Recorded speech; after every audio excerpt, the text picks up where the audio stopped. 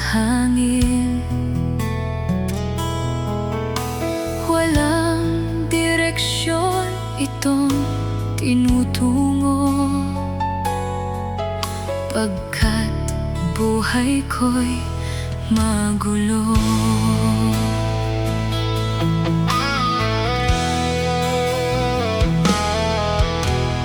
Buhay mo ngayon parang isang bangkang papel, sumusunod sa ihip ng hangin.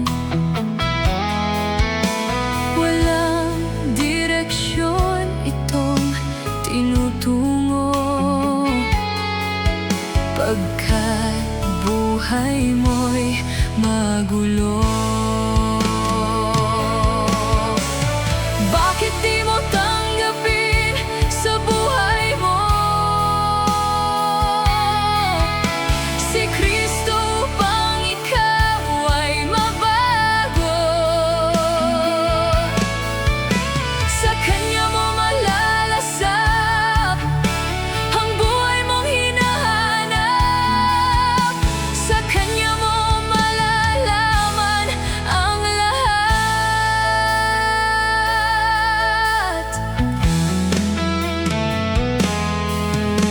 Problema at pagsubok ba ang dahilan sa di mo pagbabago?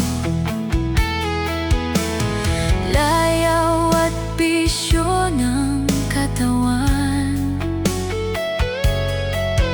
ang siyang gumugulo sa'yo.